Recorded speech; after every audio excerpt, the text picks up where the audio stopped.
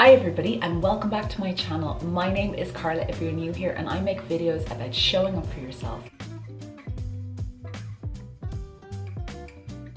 By showing up for myself, I managed to lose over 180 pounds, completely change my entire life, transform my mental health, and just live the best life that I ever wanted to. If that's the kind of thing that you're interested in, please consider giving me a subscribe and turning on the notifications so you never miss a video. In today's video, I'm going to be chatting to you about how I tackled the holiday season while on a weight loss journey. I know that this time can bring so much anxiety and so much stress to people in general, but very much so if you are on a weight loss journey. It feels like this big challenge that we have to face, and hopefully by following a couple of tips that I did while I was on a weight loss journey, that you will be able to remove any of that anxiety and just have a simple plan that you can put into place that will bring you through the holiday and continue you on your weight loss journey. If you've never seen me before, and I lost 183 pounds over 14 months between 2020 and 2021. So there was a Christmas season in between that, and I celebrate, we observe Christmas here in Ireland, and so I was aware that we were going to have some big meals, big family times and things like that, but I did not want to derail my progress, and I wanted to continue to lose weight. I had a little bit of anxiety over, is this going to be something that's going to take me completely off piste and I'm just going to end up going down a rabbit hole? But I knew that that's not what I wanted to do. I wanted to very much so continue on my path of weight loss, and so I put in place a couple of things, and that really helped me, and I did continue on my weight loss journey and ended up losing my full weight and getting to goal weight. I then had a baby boy 1 year later. So last Christmas, for Christmas 2021, I was 9 months pregnant. So I am not really going to talk too much about that because that was a little bit different. I was basically sitting down for most of that. Before we get into the 10 tips that I have for you guys, I want to just have a little bit of conversation about the overall journey and how Christmas or holidays or Hanukkah, whatever you celebrate, is 1, 2, 3, maybe 4, even a week long. If you have been on a weight loss journey for any period of time leading up to that, that short amount of time is not going to undo all the progress that you have done before. That's what I really want you guys to remember. That is, a simple meal, a simple day, something like that is not going to undo weeks or months or years of progress. And need to keep that in mind. The important thing is to follow a couple of these tips that I'm going to share with you, so we don't let one day turn into 10 days, turn into 10 weeks, turn into 10 months, and we're back to where we started. That's the important thing. And I want you to remember as well that I think it takes 3,500 extra calories per week to put on 1 pound of fat. That is really important to remember. So yes, you might have a big meal, or you might have something that you have not eaten in a long time, but that's, you're not going to eat 3,500 calories, I hope, in one meal, or with an extra over a week. And even if you do 1 pound, you've been able to get pounds off before, you'll be able to get 1 pound off. So just remember that, just be kind to yourself and compassionate. This is a celebration, this is a holiday, it's with your family. Let's not make food or weight loss the center of it, and let's learn to live through weight loss so we can live through it then in maintenance. My first tip is to have a plan. It is so important to have a plan. If you don't have a plan, you plan to fail, basically. And having a plan, whatever way you choose to do it, instead of leaving it up to, fate or playing it by ear, having a plan will have a significant impact on whether or not we are successful with this. I am not a leave it up to fate kind of person, and that really helped me in order to bring me and drive me home to having my 183 pound weight loss. Tip number 2 is to plan your off days. Free days, cheat days, whatever you want to call them. I don't like calling them any of those things. Basically, they are the days where I did not count calories. I would recommend picking those days for yourself prior to them coming up. That way you know that these are the days in which you will allow yourself to not count calories if that's what you're doing, or to come off plan, or to eat whatever you want to eat on specific days and enjoy those days. for me, I decided, my birthday is the 19th of December, and so I decided that I would eat whatever I wanted on the 19th of December, and then I would do the same on Christmas Day, which is the 25th, and Stephen's Day, which is the 26th of December. Stephen's Day, or Boxing Day in the UK, I planned on, during my weight loss journey, that those would be my total free off plan, no calorie counting days.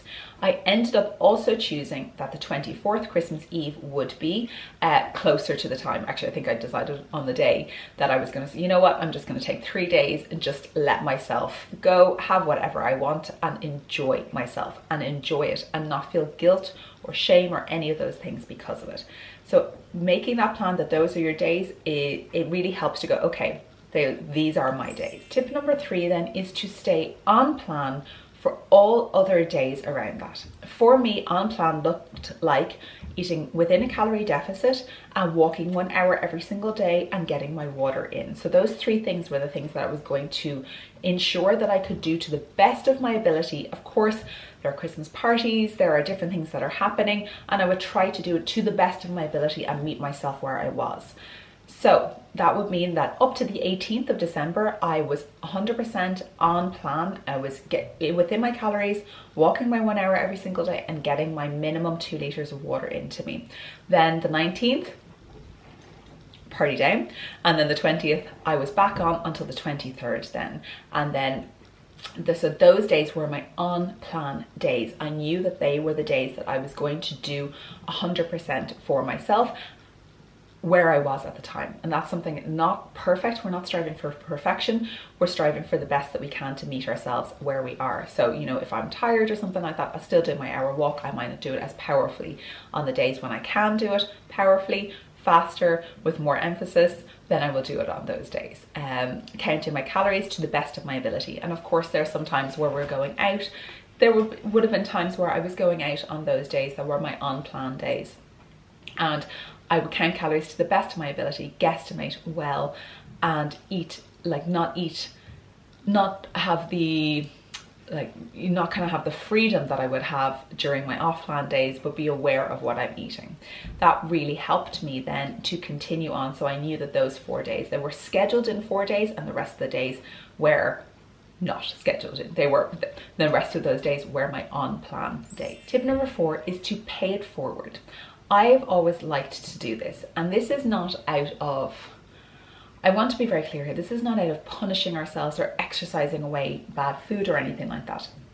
I always like to pay it forward in terms of, so say for example, we are going out one night and I know that I'm probably going to be eating left, right and center, or I'm going to be eating higher calories than I normally would. I might have some chips or something like that.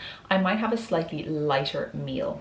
So on the days off, so say for my birthday, I was paying it forward because I went out and I still did my walk that morning.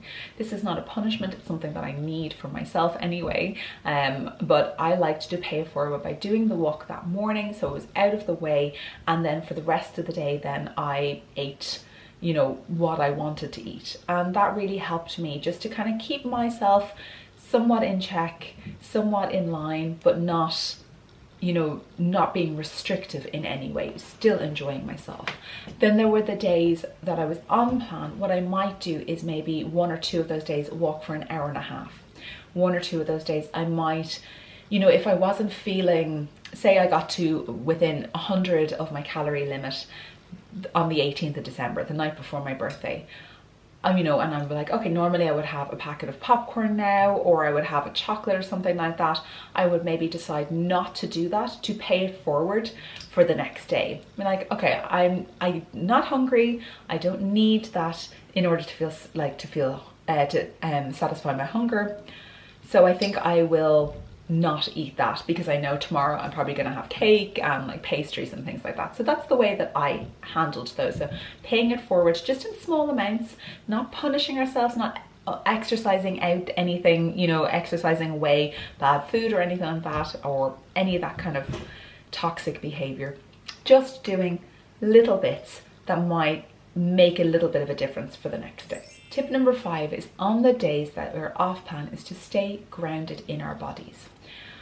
It can be incredibly difficult and challenging to not lose yourself when you are surrounded by a buffet of food, or you're served a load of food at a family dinner, or you're going somewhere, and not to kind of lose yourself and allow the old habits to come through.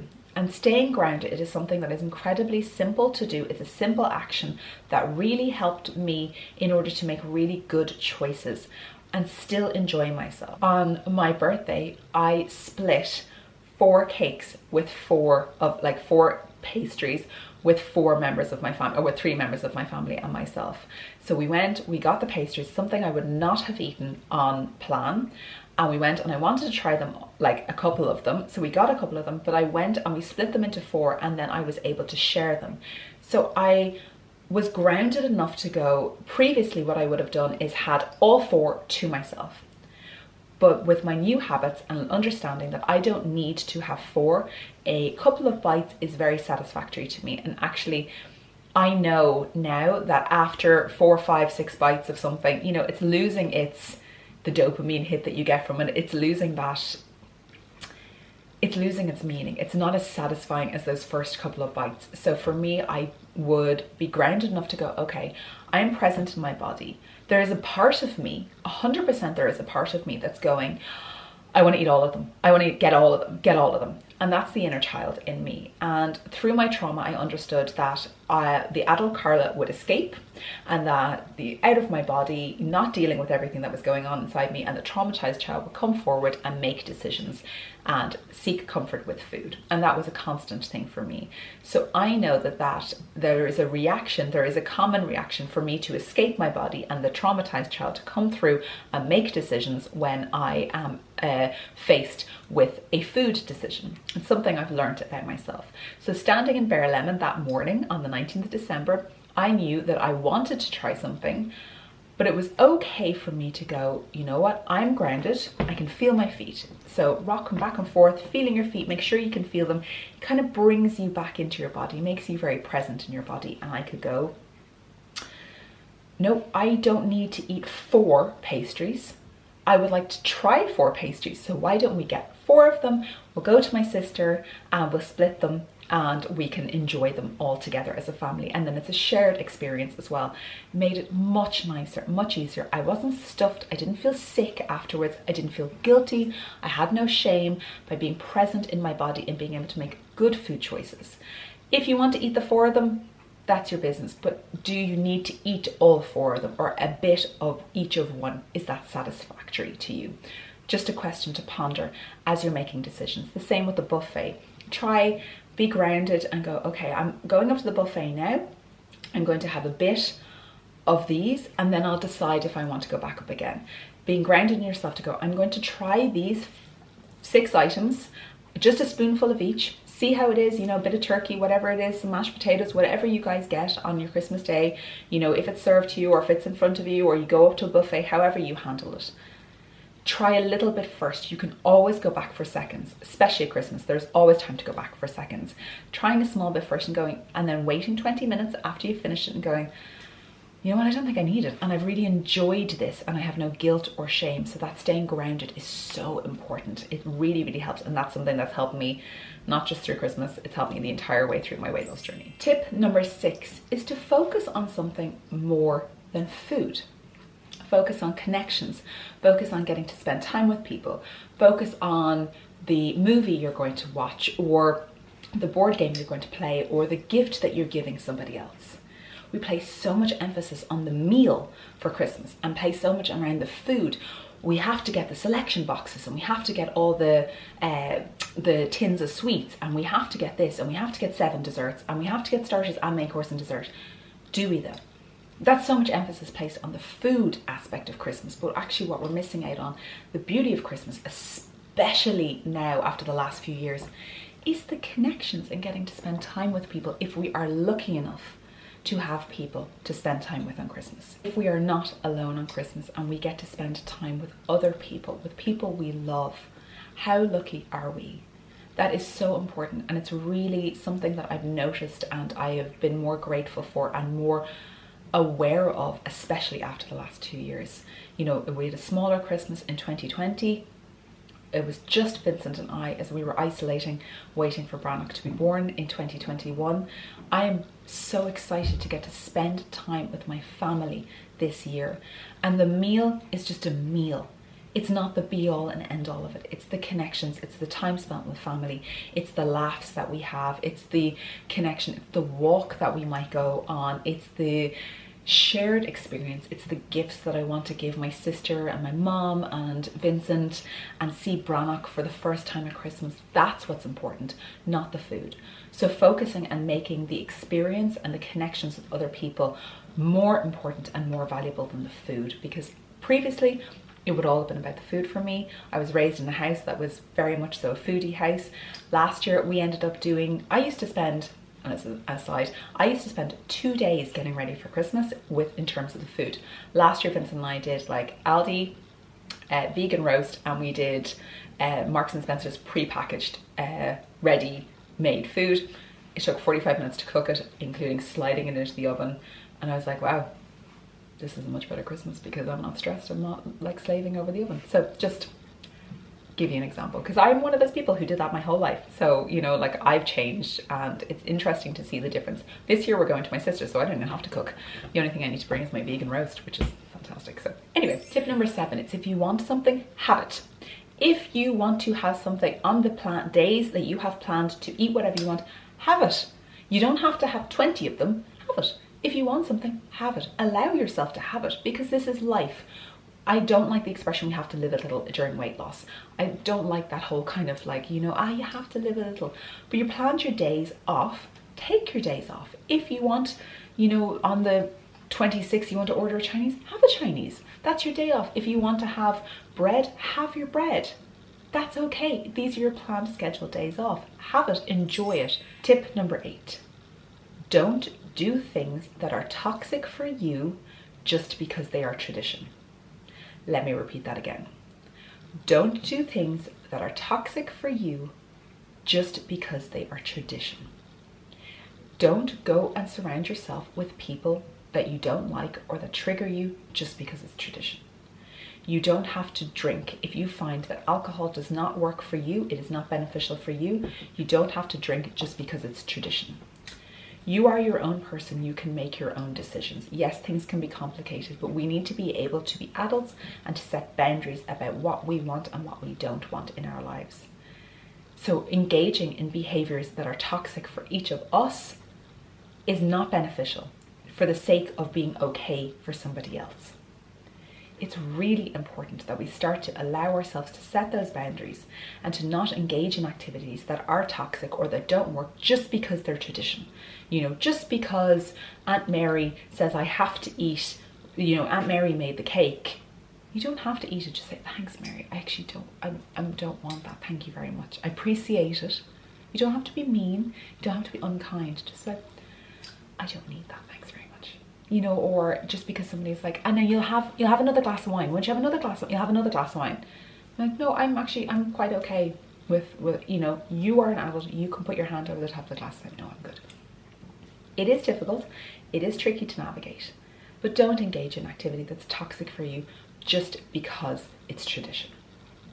Tip number 9 is to plan your back on track days. For me, it was the 27th of December. Right. Here we go. That's it, 27th of December, back out for my hour walk in the morning and within my calorie limit, drinking my water. To come back onto the way that I lived and be finished, done with the indulgence on my free days and eating whatever I wanted and counting calories again. Because counting, that is how I was losing weight, and I wanted to get back to losing weight. I knew that I enjoyed my time, that was fantastic, but also I didn't want to continue, because after a couple of days of indulgence, it also loses its joy, doesn't it? So allowing myself to go, okay, so what that does is it stops that rabbit hole behavior. You've already planned your days that you're going to have as your free days where you're not counting calories, and now you've also got your days planned where you are back to the behaviors that you were doing and the actions that you were doing and the habits that were involved for your weight loss. So knowing the 27th, well, the 27th is, and don't let it go. The 27th, if the 27th is the day that you decide, or the 28th, whatever day it is, that's your day. Set your alarm, do whatever you need to do, and repeat your actions so that you can continue on your weight loss journey.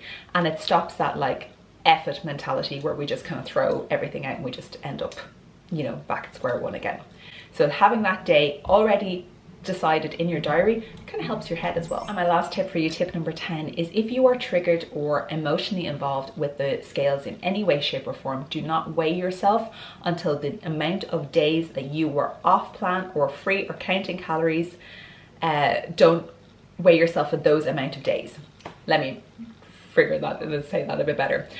If you're emotionally involved with the scales, like I had previously been, and you weigh yourself, do not weigh yourself until the number of days that you were off plan have passed when you're back on plan. For example, I had 3 days off plan. Don't weigh yourself for at least 3 days till you're back on plan. The reason being, you're probably bloated, you probably have water weight, you've probably eaten more carbohydrates, you've probably drank some drinks, and it'll have an effect on the scales. And it won't be a true accurate representation of your actual weight. So it takes at least the number of days that you were off plan, back on plan, in order to show the accurate representation of whatever might have happened and any fluctuations in the scale. At the point that I had completely reduced my emotional based relationship with the scales. I was weighing myself every day and saw the scales as pure data. I would not have been able to do that 6 months into my weight loss journey. I needed to be able to, I would have had to wait in order to weigh myself. I would wait at least a week when you are eating in the way that you would for weight loss before you weigh yourself. It just stops any kind of emotional outburst or emotional reaction or gut-wrenching reaction, especially if you have an emotional relationship with the scales like I previously had. Okay guys, they are my 10 tips that I hope will help you guys navigate this Christmas period.